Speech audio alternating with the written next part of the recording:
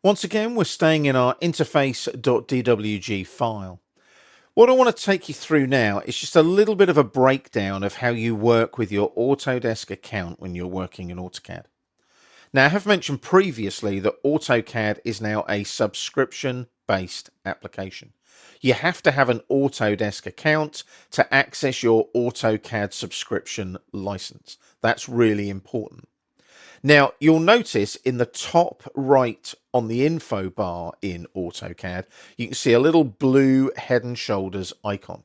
Now, if that's blue, that means that you're signed into your Autodesk account to access those online servers that integrate with your desktop software.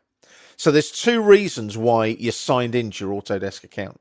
One of them is to make sure that you can access your AutoCAD subscription license and use AutoCAD.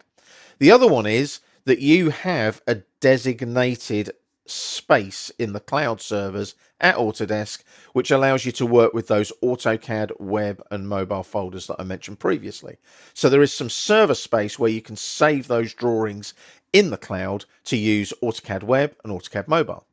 Now, there's a little arrow to the other side here. If I click on it, there are some tools. I can go and check my account details. I can explore further Autodesk purchasing options.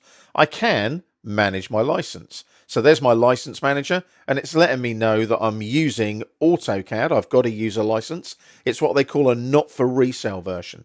Now, the reason I've got an NFR version and not for resale version is because I'm an Autodesk Expert Elite.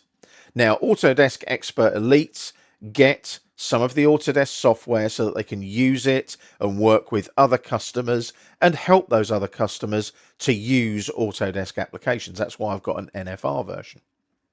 So you can see there that my license of AutoCAD is currently in use in this particular application. If I've got any plugins, add-ons or extensions, they would appear in this box here. And that includes products that I might purchase in the Autodesk App Store. So I'm just going to close that now, go back to the flyout up here.